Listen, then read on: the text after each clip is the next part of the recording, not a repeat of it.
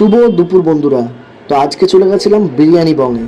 তার second outlet opening হয়ে গেল মধ্যম গ্রামে, জাস্ট অপোজিট পিএনবি ব্যাংক।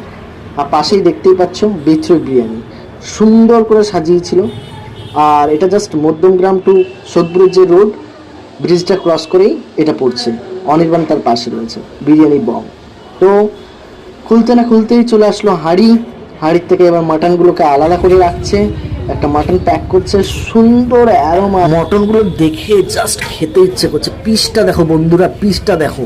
আমি জাস্ট একটু ট্রাই করলাম, কি ফ্যান্টাস্টিক খেতে।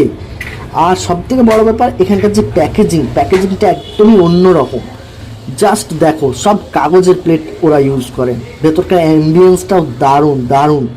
জাস্ট আমি একটা কথাই বলবো যে তোমরা যারা একই রকম ব্যারাকপুর স্টাইল বিরিয়ানি খেয়ে খেয়ে যারা অভ্যস্ত হয়ে গেছো, যারা বিরক্ত হয়ে গেছো, তারা এই কলকাতা স্টাইল বিরিয়ানিটা একবার ট্রাই করো।